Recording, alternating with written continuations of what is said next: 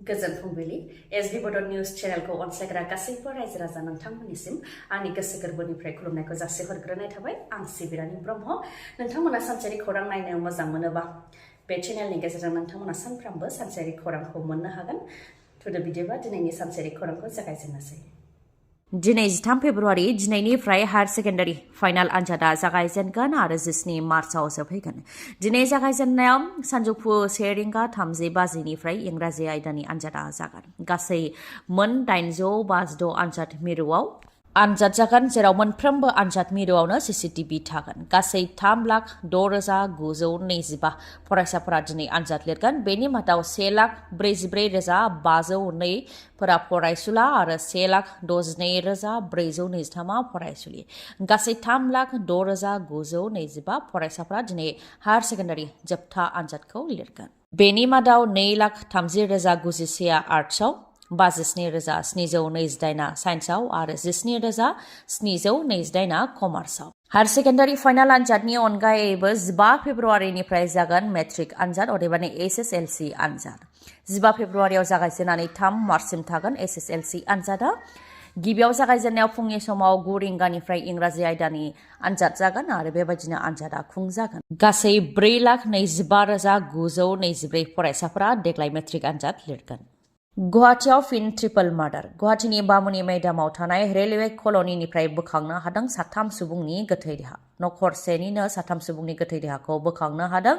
थैनाय सुबुंफोरनि मुङा जुलि देखा बिथांनि फिसाय लहित ठाकुरिया आरो बिथांमोननि 9 थाखोआव फरायनाय फिसाजो रितिका देखा फोरमायथिनाय बायदिब्ला जुलि देखाया फिसाय थैखांनायनि उनाव फिसायनि साख्रिखौ मावदोंमोन आरो नैथि खेबनि थाखाय लहित ठाकुरियाजों जुलि जादोंमोन जाय लहित ठाकुरिया जेबो मावामोन होननानै फोरमायथिदों नाथाय जाथाय जानायनि सानसे सिगांसो जुलि देखाया गावनि स्टाफफोरजों रंजा खुसियै जयैनो साहा लोंदोंमोन होननानै फोरमायथिदों नाथाय हरनि समाव मा जाथाय जाखो दि बेबायदि बुथारनाय जाथाय जाखो बेनि सायाव गोख्रोङै नायबिजिरनाय जानो नांगौ होननानै फोरमायथिदों ओनसोलनि सुबुंफोरा बेखौबो अजद होदों दि फिसाय लहित ठाकुरिया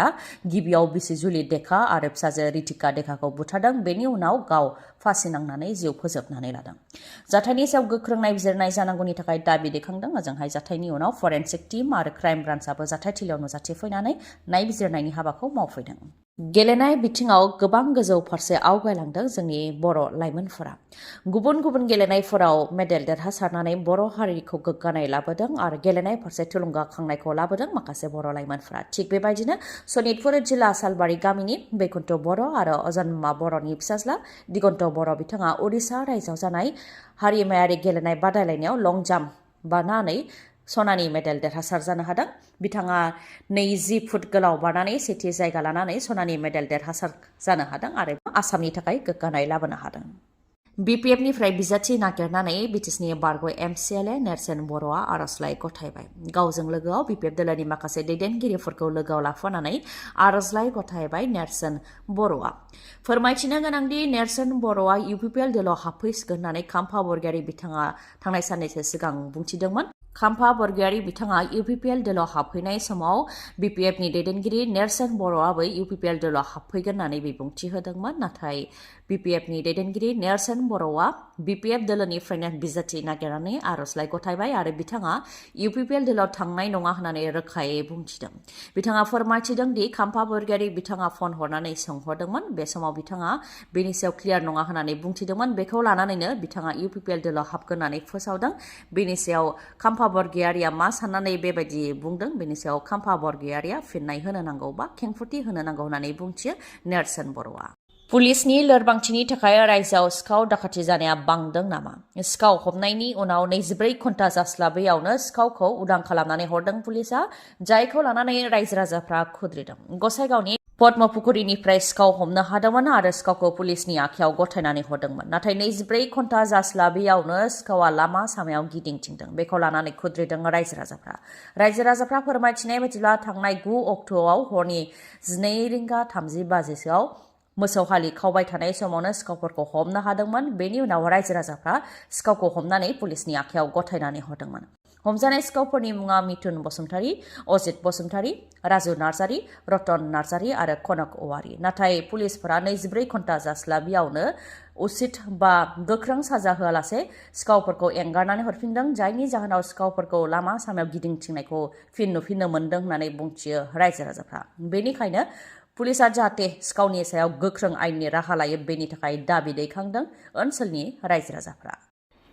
BPFनि गोख्रों दैदेनगिरि खाम्फा बरगयारिया UPPL दोलोआव हाबहैनायनि उनाव मा बिबान मोनगोन? गोबाङानो बेनि सायाव सोंथि खालामदों। बेखौ लानानै प्रमद बर'आ बुंथिदों दि सासे दैदेनगिरिया गुबुनखौसो थिग खालामो, गुबुना गावखौ थिग खालामा।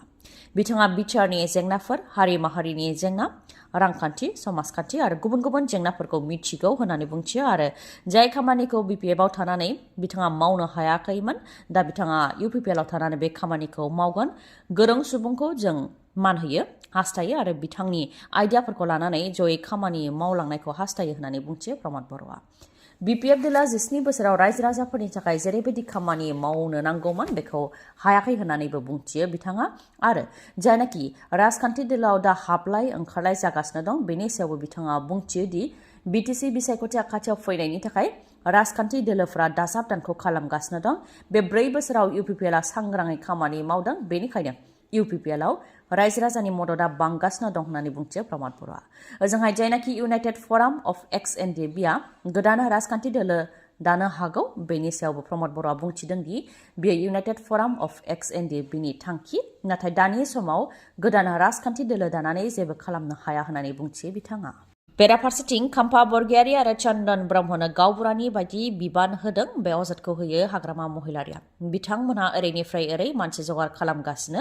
बिथांमोननो जेबो बिबान होआखै, गावबुरानि बायदिसो खामानिखौ मावदों होननानैबो बुंथियो हाग्रामा महिलारिया। उदालगुरि जिल्ला दुलाराय बाथौ गौथुमनि सिङाव थानाय अरां बियाब दुलाराय बाथौ थानसालिनि मोखाङाव सानथामनि हाबाफारिजों खुंनो आखायाव लादों रुफाथि मायथाइ फोरबो आरो बोसोरसालिया जथुम्मा।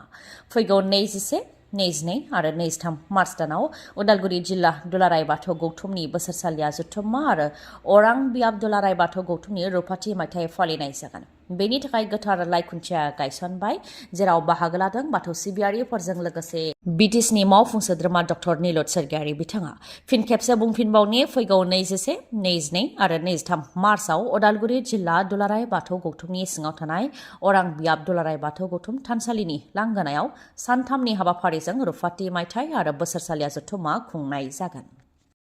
रां लानायनि दायाव ल'नि बर्मनखौ एरेस्ट खालामदों directorate of vigilance and anti कराप्सन टीमआ। बिथाङा श्रीभूमियाव थानाय एसिस्टेन्ट कमिशनार स्टेट GSTनि मावख'आव नाजिर हिसाबै खामानि मावोमोन आरो बिथाङा मालजों बुंफबनाय गारिखौ एंगारनानै होनायनि मुङाव रां दाबि खालामदोंमोन। बे लेखायै 10,000 रां लाफुबाय थानाय समावनो ल'नि बर्मनखौ directorate of vigilance and anti कराप्सन टीमआ हमनो हादों। नोंथांनि मेगनाव जेंना जादों नामा? जुदि जेंना जादोंब्ला आरो नोंथाङा मेगननि मोजां डक्टर नागिरदोंब्ला नोंथांनि थाखाय मोजां खौरां। बङाइगावनि आइ हस्पिटालाव फैगोन सिनियर आइ स्पेशलिस्ट डक्टर प्रबिन बसुमतारी। बिथाङा एम्स निउ दिल्लीनि बारग' SR, RPC आरो दिल्ली GNCTनि बारग' आइ कनसालटेन्ट। डक्टर प्रबिन बसुमतारीनि अनगायैबो मेगननि डक्टर आशराफुल आलम आरो डक्टर मेघाली शर्माखौबो बङाइगावनि आइ हस्पिटालाव नोंथांमोनहा मोननो हागोन। लोगोसेनो कम्पिउटार पेकनि गेजेरजों केटारेक्ट सार्जारि खालामनो हागोन, जेराव जेबो सानाय गैयालासे, सुथेनाय गैयालासे आरो गोख्रैनो गाहामाव फैफिननायखौ नोंथांमोनहा मोननो हागोन। आबुं थङा जाहैबाय बङाइगाव लवार आसाम हस्पिटालनि उल्था दिगाव बास स्टेन्डनि साखाथियाव। फुंनि 10 रिंगानिफ्राय मोनाबिलि 7 रिंगासिम मेगननि डक्टरखौ मोननो हागोन बे बङाइगावनि आइ हस्पिटालाव। माबाफोर सुलुं लानो गोसो दंबावोबा नोंथांमोनहा 6900949900 बे नाम्बाराव खौरां लाहरनो हागोन। खौरांखौ जोबजासे नायनायनि थाखाय गोजोन्थों। नोंथाङा दासिमबो SB बड' निउस चेनेलखौ साबस्क्राइब खालामनानै लायाखैबा गोख्रैनो साबस्क्राइबखौ खालामनानै लादो आरो बेल आइकनखौबो क्लिक खालामदो, जाहाथे खौरां फोसावनाय लोगो लोगोनो नोंथांनाव गिबिसिन आंनि खौराङा सौहैयो। गोजोन्थों।